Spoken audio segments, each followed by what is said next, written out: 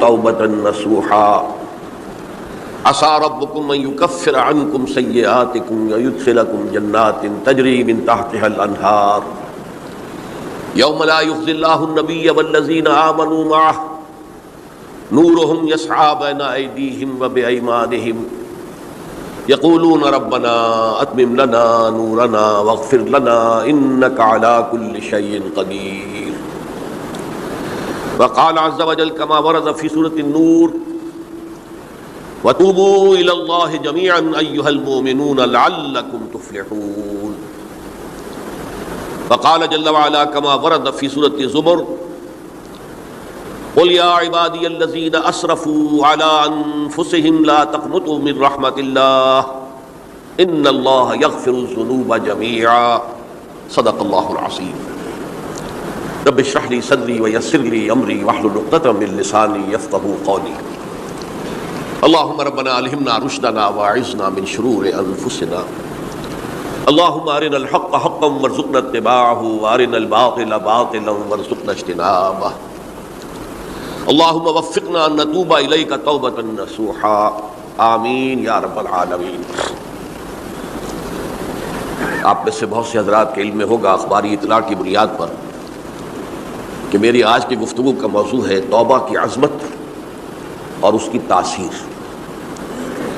اس کا پس منظر یہ ہے کہ پچھلے کئی مہینوں سے میری تقریر جو ہے وہ جو اس وقت عالمگیر حالات ہیں اور جو امت کو خطرات درپیش ہیں اور اس کے ضمن میں جو پیشین گوئیاں احادیث نبویہ میں موجود ہیں، جو میں کم سے کم یوں سمجھیے کہ 25 برس سے بیان کرتا آ رہا ہوں، لیکن اب وہ چشم سر کے سامنے آ رہی ہیں. پہلے وہ صرف یہ کہ انسان کو علمی اعتبار سے معلوم تھی، اب وہ صورتحال آنکھوں کے سامنے ہے. تو اس پر چونکہ گفتگو ہوتی رہی، لیکن ہر مرتبہ گفتگو کا اختتام اس پر ہوا کہ اس کا علاج کیا ہے، بچنے کا راستہ کون سا ہے. تو عام طور پر ایک لفظ پر توبہ، البتہ اس میں انفرادی توبہ، اجتماعی توبہ. انفرادی توبہ سے انسان اپنے گناہوں کی سزا سے بچ جاتا ہے. آخرت میں اللہ تعالیٰ اسے اپنے عفو و درگزر کا، اپنی رحمت کا، اپنے فضل کا مستحق قرار دے دیتا ہے. لیکن دنیا میں قوم کی حالت نہیں بدلتی جب تک اجتماعی توبہ نہ ہو. اس اجتماعی توبہ کے ضمن میں مختصراً تو میں نے کچھ باتیں عرض کی ہیں، لیکن پھر بھی چونکہ ہر مرتبہ گفتگو کے اختتام پر یہ بات آتی تھی اور وقت ختم ہو رہا ہوتا تھا، لہذا اس کے بارے میں تفصیل سے گفتگو نہیں ہو سکتی. تو آج میں نے طے کیا کہ جو حالات ہیں وہ تو اب سامنے آ رہے ہیں. جو سلسلہ شروع ہو گیا ہے عراق میں، جس کے بارے میں شیرون صاحب یہ کہہ چکے ہیں کہ ان قریب عراق پر ہمارا قبضہ ہوگا، یعنی امریکہ کا نہیں، اسرائیل کا قبضہ ہوگا. اور یہ بات بھی اب سامنے آ چکی ہے کہ مڈل ایسٹ کا پورا نقشہ بدل دینے کا پروگرام ہے. یہ جو مڈل ایسٹ کے ممالک ہیں یہ کب وجود میں آئے تھے؟ پچھلی صدی، 20ویں صدی میں جو پہلی جنگ عظیم ہوئی، اس سے پہلے یہ پورا علاقہ سلطنت عثمانیہ میں تھا، خلافت عثمانیہ کے تحت. پورا شمالی افریقہ، پورا یہ مغربی ایشیا، حجاز سمیت سارا معاملہ ایک سلطنت، ایک ملک، خلافت کے تحت. پہلی جنگ عظیم کے بعد پھر حصے بکھرے کیے انہوں نے، جیسے کہ مال غنیمت کو بیٹھ کر بعد میں تقسیم کیا جاتا ہے کہ اس عالم عرب کے جو ہیں اب ٹکڑے ٹکڑے کر دو اور انہیں باہم تقسیم کر دو. مصر، عراق یہ برطانیہ، شام، الجزائر یہ فرانس کا، لیبیا اطالویوں کا، آگے ہسپانویوں کا. یہ سارے ٹکڑے جو ہوئے تھے اور ملک بنے تھے یہ تو اس وقت کی بندرباٹ تھی. اسی طرح اب کہا جا رہا ہے کہ اس جنگ کے بعد حقیقت میں مڈل ایسٹ کا نقشہ تبدیل کر دیا جائے گا. یہ صرف چینج آف ریجیم نہیں ہے، چینج آف ریجن ہے، علاقے کا. اور اس کو ہم اپنی اصطلاح میں جب کہیں گے تو گویا کہ ایک عظیم تر اسرائیل کے قیام کا منصوبہ ہے جس پر عمل کا آغاز ہو گیا. ورنہ اس جنگ کی کوئی وجہ سمجھ میں نہیں آتی. کوئی جرم ثابت نہیں ہوا صدام کا. پہلی خلیج کی جنگ میں تو اس کا جرم ثابت تھا، اس نے کویت پر حملہ کیا تھا. اس وقت تو کوئی جرم سرے سے ہے ہی نہیں. ان کے اپنے معائنہ انسپیکٹر جا کر بتاتے رہے کہ کچھ نہیں دیکھا ہم نے، کچھ نہیں پایا۔ اس حوالے سے سوچئے کہ کیا جواز، کوئی جواز پوری دنیا میں یہ بات تسلیم کی جاتی ہے کہ بلا جواز حملہ ہے، اور کس قدر شدت سے ہے، کتنی طاقت سے ہے، کتنی قوت سے ہے، کتنی فوجیں آئی ہیں، کتنے جو ہے خلیج کے اندر جہاز کھڑے ہوئے ہیں جن پر سے کہ ہوائی جہاز اڑتے ہیں، کتنے چھوٹے چھوٹے جہاز کھڑے ہوئے ہیں، کہاں کہاں سے حملے ہو رہے ہیں۔ تو اصل میں وہ کتاب الملاحم کے اندر حضور نے جن خبروں کی پیشن گوئی کی تھی وہ اب ہمارے سامنے ہے۔ اسی طرح پاکستان کا معاملہ ہوتے ہوتے رفتہ رفتہ ہمارے گرد گھیرا تنگ ہو رہا۔ ہم پر ایک الزام تو وہ کہتے ہیں کہ آپ چاہے لاکھ دفعہ قسم کھا لیں ہم نہیں مانیں گے، شمالی کوریا کو ایٹمی صلاحیت جو ہے وہ آپ نے فراہم کی، ہمارے پاس ثبوت ہے، اس کے بدلے میں ان سے میزائل ٹیکنالوجی آپ نے لی ہے، ہمارے پاس ثبوت ہے، اور آپ کشمیر میں کراس بارڈر انفلٹریشن اور ٹیررزم کو روک نہیں سکے، آپ نے نہیں روکا ہے۔ اور یہ جو ہے فنڈامنٹلسٹ جو ہیں آپ کے ملک میں سر اٹھا رہے ہیں، 2 صوبوں میں ان کی حکومتیں بن گئی ہیں، اس سے تو اندیشہ ہے کہ کہیں ایٹمی صلاحیت جو ہے آپ کی وہ ان کے ہاتھ میں نہ چلی جائے، پھر تو وہ القاعدہ اور ٹیررسٹ کے حوالے پہنچ جائے گی۔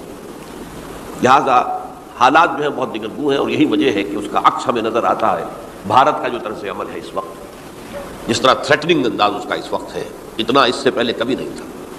وہ کہتے ہیں کہ جو اصول امریکہ نے اختیار کیا ہے کہ جس ملک سے مستقبل میں کوئی اندیشہ ہے اس پر پہلے سے حملہ کرنے کا حق حاصل ہے ہمیں، یہ نہیں کہ اس کا کوئی جرم ثابت ہو، ہمیں اندیشہ ہے لہٰذا ہمیں حملہ کرنے کا حق حاصل ہے، تو اسی طرح پھر ہمیں بھی پاکستان کے اوپر حملہ کرنے کا حق حاصل ہے۔ بہرحال میں ان میں اب زیادہ وقت صرف نہیں کرنا چاہتا، یہ چیزیں تو اب رائٹنگ آن دی وال کی حیثیت سے ہماری نگاہوں کے سامنے ہیں۔ آج میں چاہتا ہوں کہ اس توبہ کے موضوع پر کچھ عرض کروں، اور اس میں بھی ایک خاص بات جس کی طرف کہ میرا ذہن حال ہی میں منتقل ہوا ہے، وہ آج اس میں یوں سمجھیے کہ اضافی طور پر آپ کے سامنے رکھوں گا۔ دیکھیے توبہ کے بارے میں قرآن مجید میں بے شمار آیات ہیں، اور توبہ جو ہے ہماری دینی تعلیمات کا ایک اہم ستون ہے۔ میں نے ابھی صرف 3 مقامات سے آیات آپ کو سنائی۔ یا ایھا الذین آمنوا توبوا الی اللہ توبۃ نصوحا، اہل ایمان اللہ کی جناب میں توبہ کرو خلوص کے ساتھ، اخلاص کے ساتھ۔ توبۃ النصوح، زبانی کلامی نہیں، توبہ کی تسبیح نہیں، بالفعل توبہ۔ عسیٰ ربکم ان یکفر عنکم سیئاتکم، امید ہے تمہارا رب تمہاری برائیوں کو تم سے دور کر دے گا۔ یہ توبہ کی تاثیر ہے۔ اگر آپ کے اخلاق اور کردار میں کوئی غلط شے شامل تھی، اللہ تعالیٰ آپ کے کردار کے دامن کو دھو دے گا، اور آپ کے اعمال نامے میں اگر دھبے لگے ہوئے تھے تو اللہ تعالیٰ ان دھبوں کو بھی دھو ڈالے گا۔ عسیٰ ربکم ان یکفر عنکم سیئاتکم ویدخلکم جنات تجری من تحتہا الانہار، اور تمہیں داخل کرے گا ان باغات میں جن کے دامن میں ندیاں بہتی ہوں گی۔ یوم لا یخزی اللہ النبی والذین آمنوا معہ، وہ دن جس دن اللہ تعالیٰ اپنے نبی کو رسوا نہیں کرے گا، معاذ اللہ ثم معاذ اللہ، اور نبی کے ساتھ ہی ان کو بھی کہ جو ان کے ساتھ ایمان لائے۔ نورہم یسعی بین ایدیہم و بایمانہم، ان کا نور ان کے داہنی سامنے طرف اور داہنی طرف دوڑتا ہوا ہوگا۔ نور ایمان قلب سے پھوٹ رہا ہوگا اور وہ سامنے روشنی ڈالے گا، اور نور اعمال صالحہ داہنے ہاتھ کی طرف سے چونکہ عمل کرتے ہیں نیک ہم، تو وہاں سے نور ظاہر ہوگا جو دنیا میں اعمال کی شکل میں کمایا گیا۔ اور اس وقت یہ اہل ایمان کہتے ہوں گے، یقولون ربنا اتمم لنا نورنا واغفر لنا، اے اللہ ہمارے نور کو کامل فرما دے۔ اس کا پس منظر یہ ہے کہ ظاہر بات ہے کہ ایمان کے درجات بھی بے شمار ہیں۔ کہاں ابو بکر صدیق کا ایمان، کہاں ایک عام صحابی کا ایمان، کہاں ہم جیسے غیر صحابہ عام مسلمانوں کا ایمان، کہ نسبت خاک ربا عالم پاک، اسی نسبت سے اس نور کی انٹینسٹی ہوگی۔ حضور نے فرمایا کچھ لوگوں کا نور تو اتنا ہوگا کہ وہ مدینے سے صنعاء تک اس کی روشنی پہنچ رہی ہوگی، یمن کے دارالحکومت تک، اور کچھ لوگوں کا نور اتنا ہوگا کہ صرف ان کے قدموں کے آگے روشنی ہو جائے گی، جیسے ٹارچ ہوتی ہے آپ کے آگے۔ تو ظاہر بات ہے کہ اگر آپ کو رات کے وقت جنگل سے گزرنا ہو اور پگڈنڈی ہو کوئی اور اندھیری شب ہو، تو آپ کے لیے وہ ٹارچ بھی کس قدر بڑی غنیمت ہے کہ آدمی دیکھ لیتا ہے کہ سامنے سانپ ہے کیا ہے، گڑھا ہے، کھائی ہے کیا ہے۔ تو اس روز جن کو وہ ٹارچ نصیب ہو گئی وہ بھی بہت خوش قسمت، بہت خوش قسمت، بہت خوش قسمت ہوں گے۔ لیکن ان کا کیا کہنا جن کا نور مدینے سے صنعاء تک پہنچ رہا ہو، تو جن کے نور کی یہ انٹینسٹی کم ہوگی وہ اللہ سے دعا کرتے ہوں گے، ربنا اتمم لنا نورنا، پروردگار ہمارے نور کو بھی کامل کر دے۔ تو نے اپنے ان بندوں پر کتنا فضل کیا ہے، کتنا بڑا نور ان کو عطا کیا. اتمم لنا نورنا، ہمارا نور بھی اس کا اتمام فرما دے، تکمیل کر دے. واغفر لنا. اور یہ کیسے ہوگا؟ ایسے ہوگا کہ ہمارے گناہوں کی پردہ پوشی کر دیں. گناہوں کی پردہ پوشی ہوگی تو پھر اس نور کی انٹینسٹی میں اضافہ ہو جائے. واغفر لنا انک علی کل شیء قدیر، یقیناً تو ہر شے پر قادر ہے.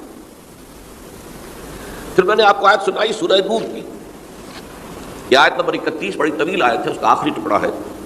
وَتُوبُوا إِلَى اللَّهِ جَمِيعًا أَيُّهَا الْمُؤْمِنُونَ لَعَلَّكُمْ تُفْلِحُونَ. اے ایمان والو، اللہ کی جناب میں سب مل جل کر توبہ کرو تاکہ تم فلاح پاؤ. یہ گویا کہ اجتماعی توبہ کا جو میں نے آپ کے سامنے اصطلاح بیان کی ہے، یہ اس کا نقشہ ہے. اور ایک اور آیت جو میں نے آپ کو سنائی سورہ زمر کی آیت نمبر 53. بعض لوگوں پر کچھ مایوسی طاری ہو جاتی ہے، ہم اتنے عرصے سے گناہ کرتے چلے آ رہے ہیں، کیسے معافی ہوگی، کیسے ممکن ہے، کیسے چھٹکارا ملے گا. ایسے لوگوں کے لیے ان کے اطمینان کے لیے، ان کی دلجوئی کے لیے، ان کی تسلی کے لیے یہ آیت عظیم ترین آیات میں سے قرآن مجید ہے. قل یا عبادی الذین اسرفوا علی انفسہم. اے نبی کہہ دیجئے، اے میرے وہ بندو جنہوں نے اپنی جانوں پر ظلم کیا ہے، ظلم اٹھایا ہے، زیادتی کی ہے. تم اگر گناہ کرتے رہے ہو تو اپنی جان پر ظلم کیا ہے، میرا تو کچھ نہیں بگاڑا.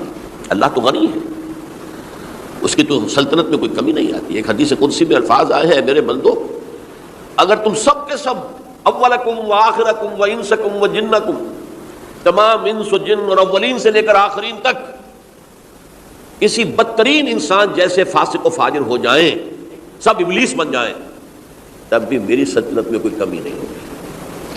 اور اگر تم سب کے سب اولین و آخرین اور انس اور جن سب مل کر جو متقی ترین انسان ہو سکتا ہے ویسے بن جاؤ، ابو بکر صدیق بن جاؤ، تب بھی میری سلطنت میں کوئی اضافہ نہیں ہوگا. اللہ تعالیٰ کا تو کچھ بگڑتا نہیں ہے. انسان گناہ کرتا ہے تو اپنا نقصان کرتا ہے.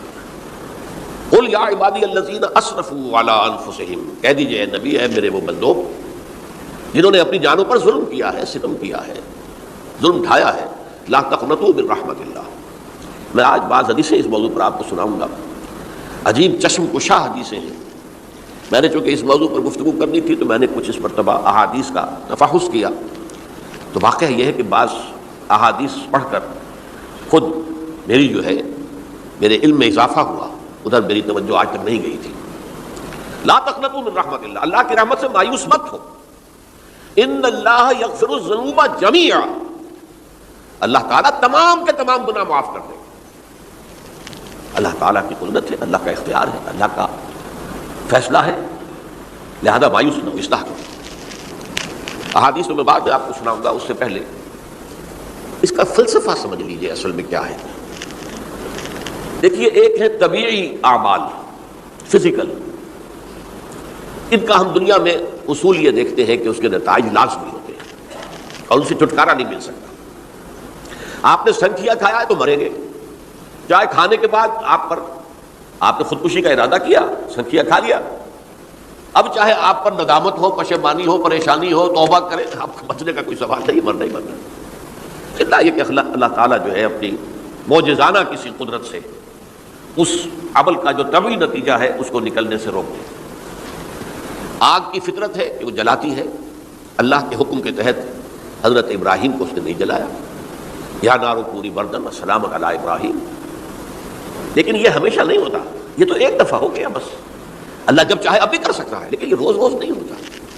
روز روز جو بھی فزیکل لاز ہیں وہ چل رہے ہیں. اگر وہ نہ چلے تو کوئی سائنس پاسبل ہی نہ ہو، کوئی ٹیکنالوجی ممکن ہی نہ ہو.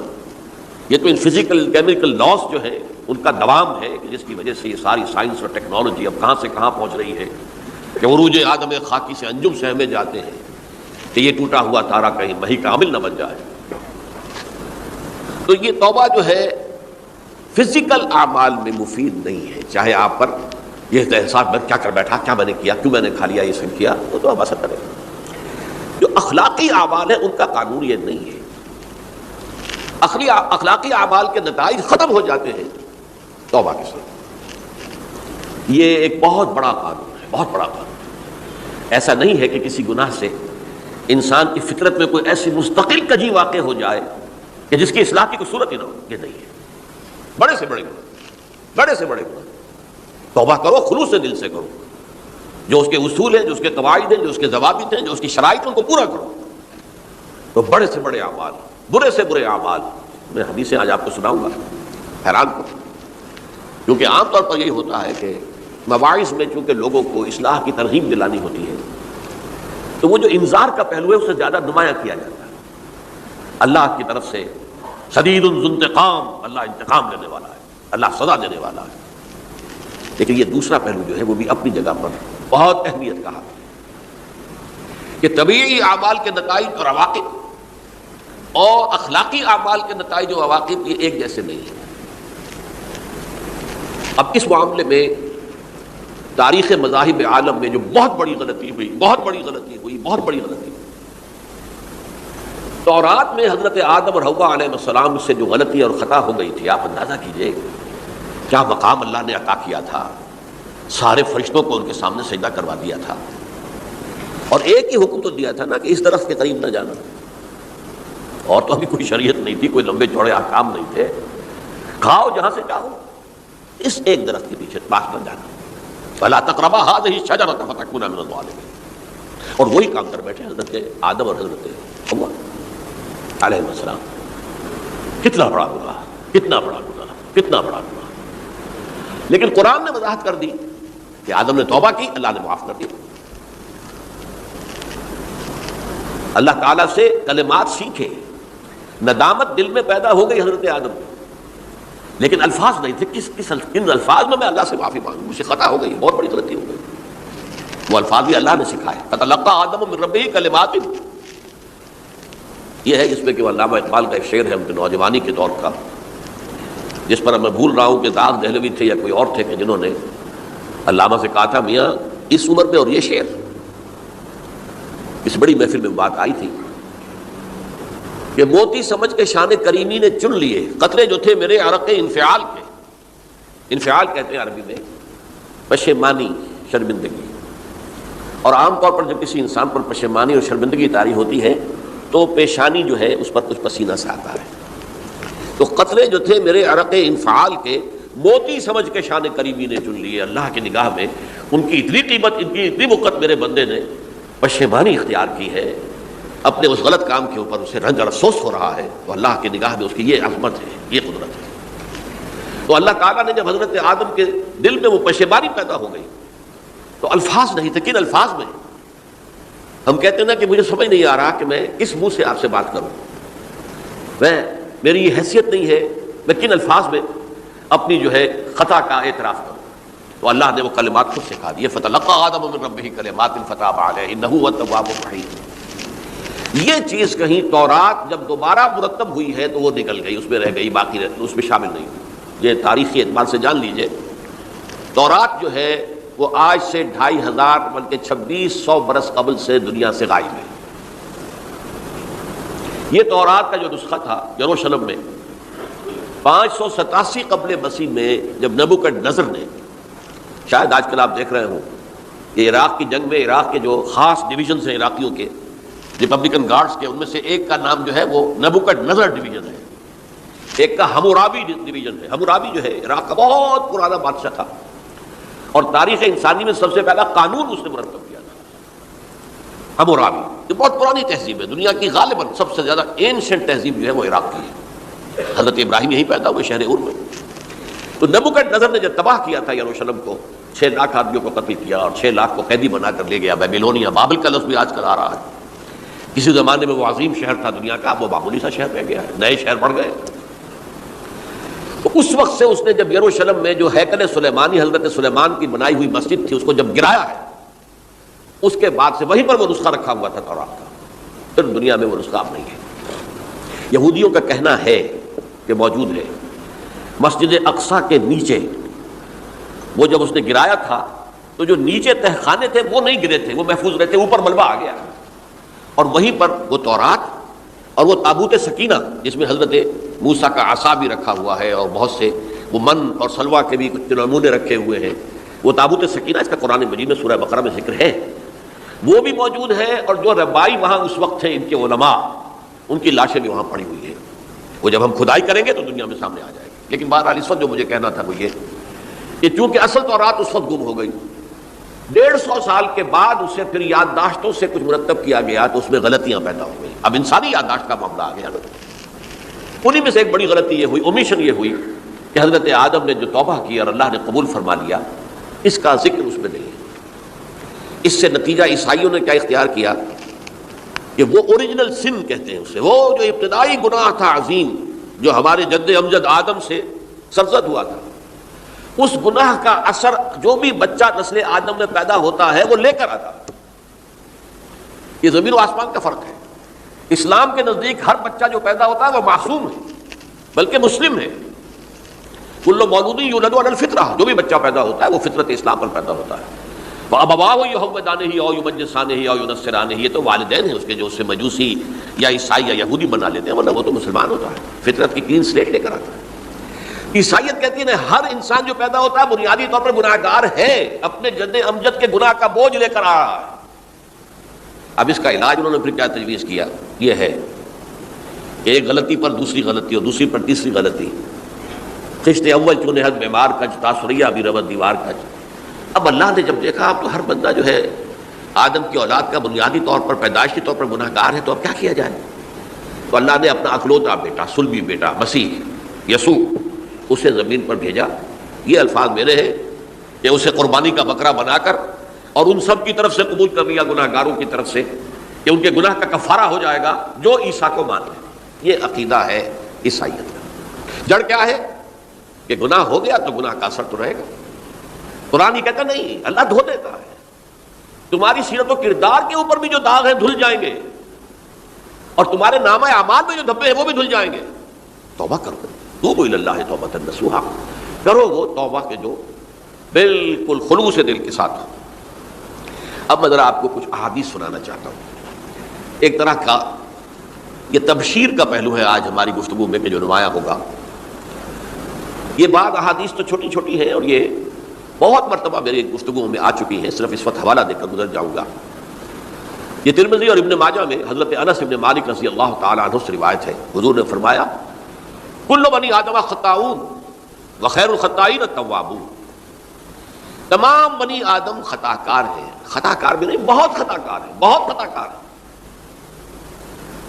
لیکن ان خطا کاروں میں بہتر لوگ وہ ہیں کہ جو خوب توبہ کرتے ہیں. غلطی ہو گئی توبہ کر لو. اور ایک اور حدیث میں آپ کو بتاؤں گا کہ یہ نہیں ہے کہ پھر کبھی وہ غلطی نہ ہو. اس وقت آپ یہ لگا لیں اپنے اوپر یہ کام میں نے نہیں کرنا اور ایک دفعہ وہ کام چھوڑ دیں تو توبہ ہو گئی. پھر اگر کچھ عرصے کے بعد پھر کہیں آپ جذبات کی رو میں بہ گئے، پھر کہیں کوئی برے اثرات جو ہے وہ پڑے، پھر غلطی، کوئی بات نہیں، پھر توبہ کرو. پھر ہو گیا، پھر توبہ کرو. تواب اسی لیے کہا بار بار بار بار بار بار توبہ کرنے والے. تو کل بنی آدم خطاؤون وخیر الخطائین التوابون.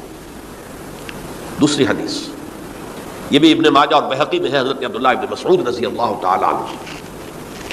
التائب من الذنب کمن لا ذنب له. گناہ سے توبہ کرنے والا ایسے ہے جیسے اس نے کبھی گناہ کیا ہی نہیں. دھل جاتی ہے، تختی دھل گئی. بچے نے تختی لکھی تھی، اس کو دھو دیا، ختم ہو گئی. ایک حدیث تو پڑھ کر میں بھی چونکا. یہ اصل میں اسلوب ہے بیان کا، بتانے کے لیے کہ تمہارے دلوں کے اندر مایوسی کا غلبہ نہ ہو جائے. مایوس اصل میں جو ہے مایوسی یہ ابلیسیت ہے. نوٹ کر لیجیے اس کو. مایوسی ابلیسیت کی کا عکس ہے.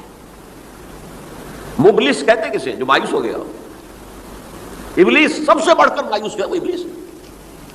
اسے معلوم میرا چھٹکارا تو نہیں ہے، لہذا میں جتنوں کو اپنے ساتھ لے کر جہنم میں جھونک دوں، یہی میری کمائی ہے، میں نے تو بچنا نہیں. تو ابلیس کہتی ہے اس کو جو انتہائی مایوس، مبلس، جو رحمت خدا بندی سے مایوس ہو چکا. اب اس کو دور کرنے کے لیے حدیث سنیے، اور یہ حدیث مسلم شریف کی ہے، صحیحین کے اندر حضرت ابو ہریرہ سے. حضور فرماتے ہیں والذی نفسی بیدہ، قسم ہے اس ذات کی جس کے ہاتھ میں میری جان ہے، لو لم تذنبوا، اگر تم لوگ گناہ نہ کرتے، لذهب اللہ بکم، تو اللہ تعالیٰ تمہیں لے جاتا کہیں اور.